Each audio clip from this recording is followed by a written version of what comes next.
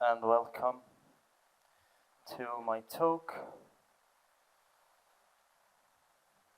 So, mitigating risks, threats via actionable threat intelligence.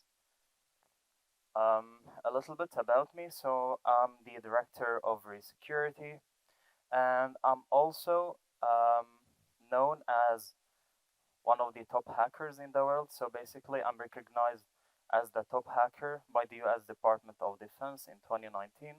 And I'm also known in the offensive security operations industry. So by finding some 0 days, um, discovering around 2,000 vulnerabilities in different products and companies, and being ranked the top hacker by IBM and UAE as well.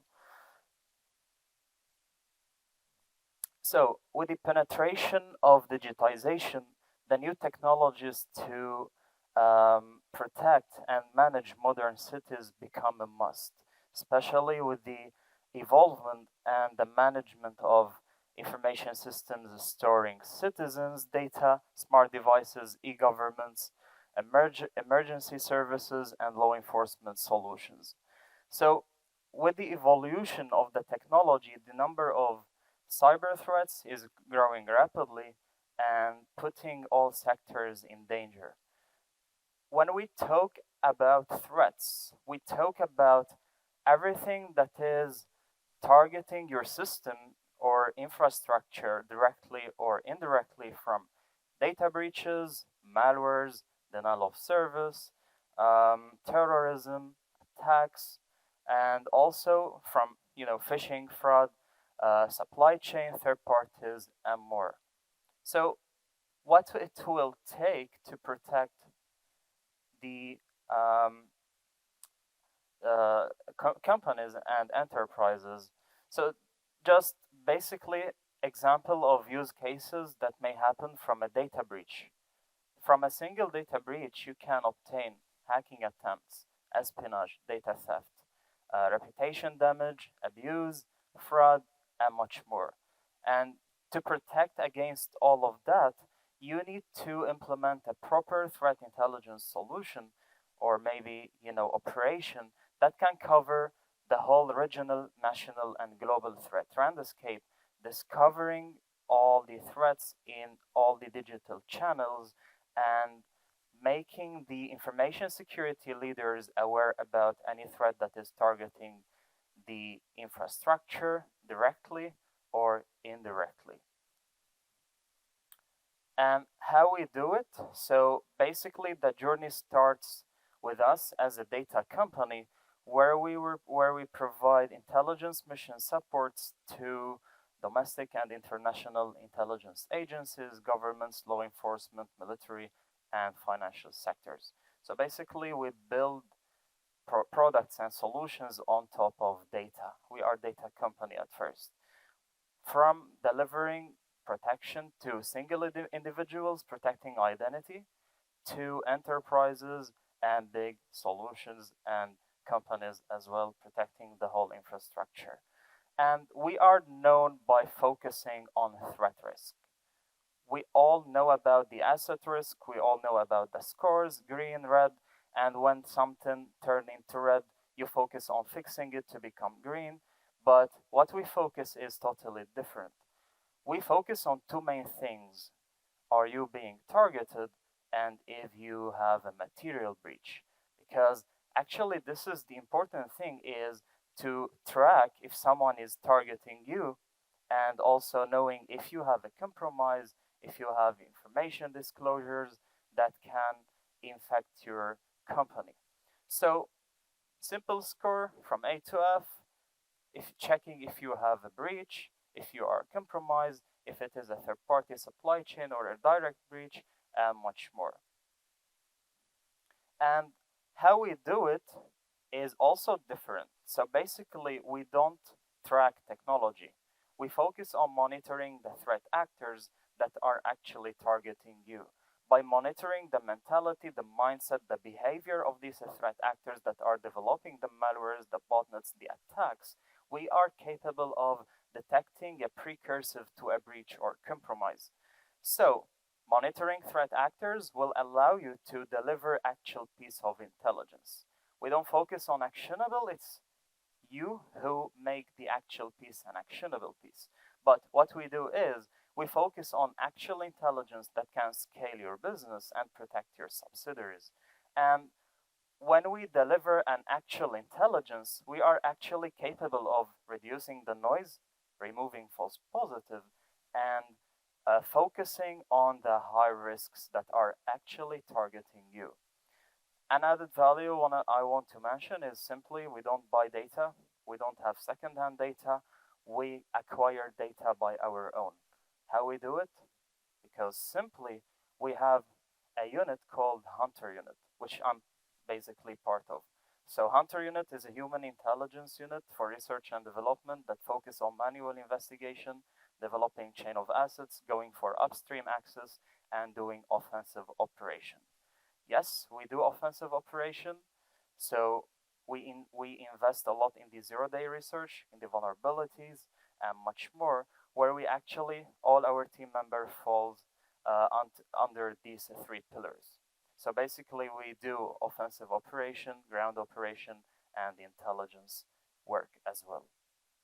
So basically, this is our portfolio, and here where we need to focus on the massive threat intel library and the brand protection and digital risk monitoring.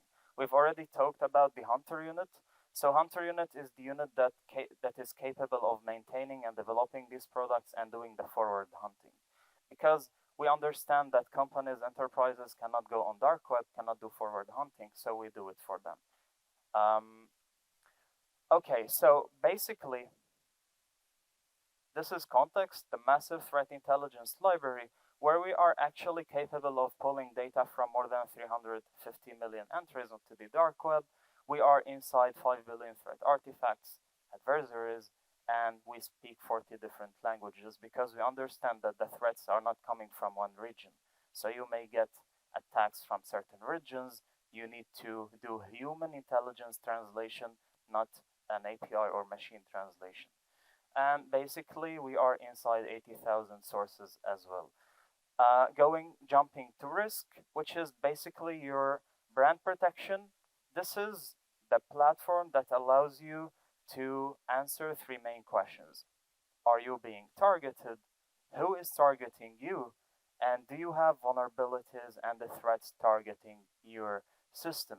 So actually, we call it know your enemy, because if you know who's targeting you, if you know what hackers or threat actors were actually capable of extracting, pulling out information about you, you can actually fix the compromise, you can fix the problem. So offensive operation, operative resources, extreme web resources, and also infiltrating inside the criminal environments. So basically, you can consider us APTs inside the criminal environment.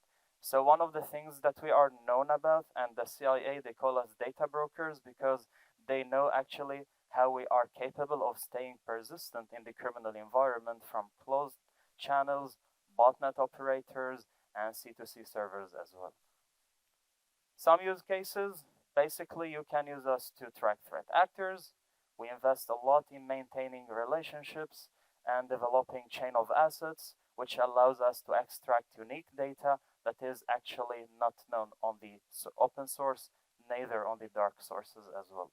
So financial monitoring, money laundering, money mules, detecting the marketplaces, investing in 0 days, relationships with the brokers. We know them personally. So intelligence is not about cyber. Cyber is a small part of what we do. Physical operations, relationships, this is also from the intelligence part. So by doing that, we are actually protecting the national security. We are investing in the in fighting against terrorism as well, and much more. Some use cases: brand protection, anti-piracy, dark web, botnet intelligence, investigation, and more. So these are the juicy things. So basically, you can see that 42% of our data is coming from the dark web. So yes, we monitor the dark web. We are considered one of the largest aggregators of the dark web. And not only this, we focus on open source, internet, cloud, social media, open sources, and the channels as well. And we monitor data from IP addresses, cards, uh, emails, and much more. Not only this, so we are actually having around 14 billion plain text passwords leaked, 15 billion emails, and much more. And when it's related to the compromised devices, we are actually the largest aggregators of botnets. Around 60 million devices compromised where we monitor in all the countries. As a use case, for example, I was tracking long range networks before end of last year, and we were actually capable of detecting. So this was a project for smart city project. So for example, I'm capable of detecting any device that is compromised and accessing long range networks. When you detect all of these, it's not about a compromised device, it's basically about anything that is exfiltrated and extracted by the threat actors from this device, from emails, passwords, the places where they log in, who is targeting you, which is Raccoon, malware stealer group, one of the top stealer groups on the dark web, location, exact date, where the details, so basically the device is compromised in 26 August, but the data is leaked in 13 December. So understanding the mindset, the behavior of the threat actors, there is there is a reason why the threat actor compromise a device, wait for 2-3 months, then they sell the data. Because they're actually categorizing them, prioritizing them, and separating them, then selling them. Because they don't want to sell everything at the same time. And much more information, it's not about email and password, this is just a use case. Imagine if you have control over a computer, you can extract files, you can extract images, you can plant keyloggers, autofills, which we all monitor. It's not about a botnet or a data breach or a threat like this, but it's also about detecting illegal trafficking. Part of what we do is detecting human trafficking, drug trafficking, illegal trafficking for vehicle, for example, um, with tracking the threat actor behind it, and also their payment methods as well, and their personal emails. So Context is basically our threat intelligence platform. It is your workbench where you can do forward hunting. We use it for investigations, monitoring, analysis, and way more as well. National security, this is the major problems where we always, do it and do offensive operation for it. So detecting emails, passwords leaked for citizens, maybe vulnerabilities that they somehow kind were like 0 days before, or an unknown vulnerability inside a public place for the government, where the threat actors were able, for example, to access SQL database, exfiltrate all the data, sell them on the dark web, and much more sources. So I don't know if you know about this, but there was a group in Bahrain called At-Tufan. So basically, this group was able to hack the airport of Bahrain. So we were the people who exposed them. Basically, what we did is we were able to identify the main IP addresses that they used to register the social media profiles, LinkedIn, Twitter, Facebook. Not only this, we were able to identify the person, and then after delivering the intel data to the NCSC, what we did is basically we planted one of our hunter unit member in this group. So now we can identify any precursor to an event before it happens, because kind of he's helping them, but he's reporting everything to us. This is what I call about offensive operation and developing upstream access. So you are an APT, because in our cases there is nothing called APT. APT is something after it happens. The real hackers, the real threat actors will not call themselves APT because they don't need themselves to be known. They don't want to be recognized. So there is nothing called APT if you're having a new breach or a new attack. Another example of a smart city SQL database leaked. and from that they're trying to sell users data. So I get asked a lot of questions regarding some leaks on the dark web. Some clients tell me, I have a file leaked on dark web. I have a bunch of credentials leaked on dark web. I need to get them to extract them. This is not the main problem. They think if they found the credentials, they remove them from the dark web, or they remove the file, they are safe now. The problem is in the source of leakage. Why it was found on the dark web in the first place.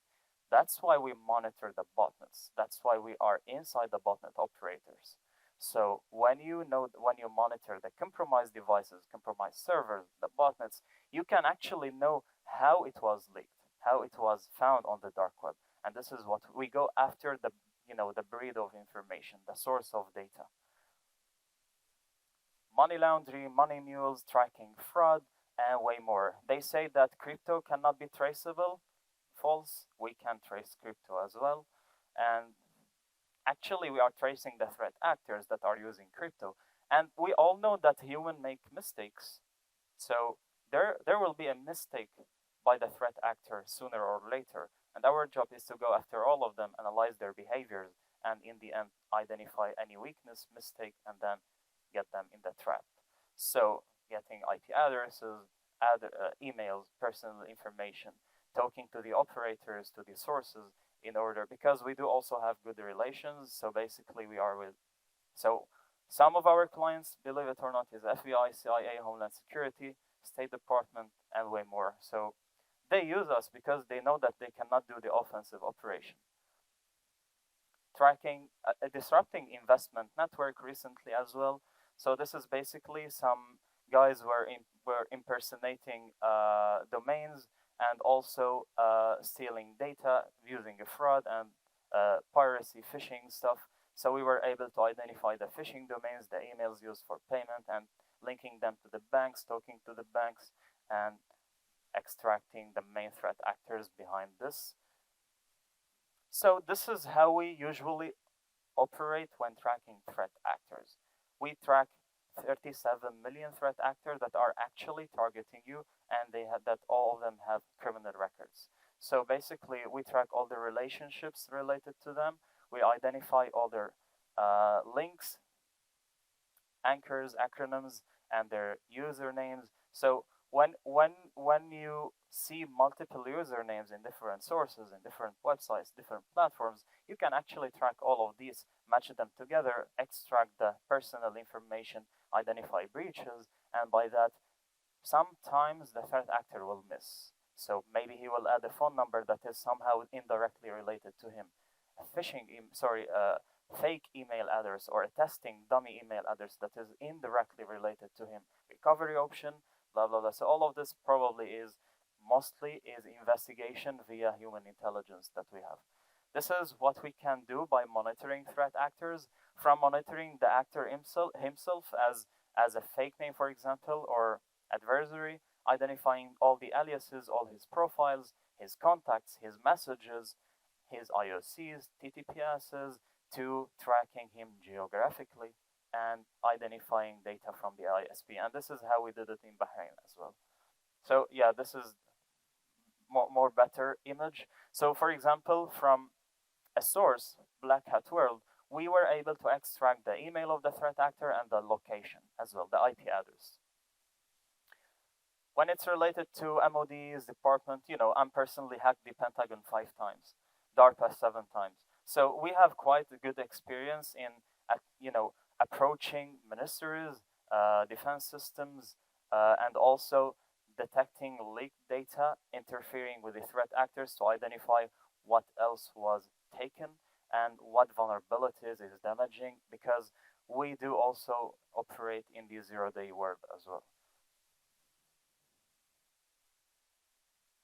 For example, this is like maybe 5 months ago where we identified leaked documents in UAE, KSA, and more related to some organizations and MODs or departments as well.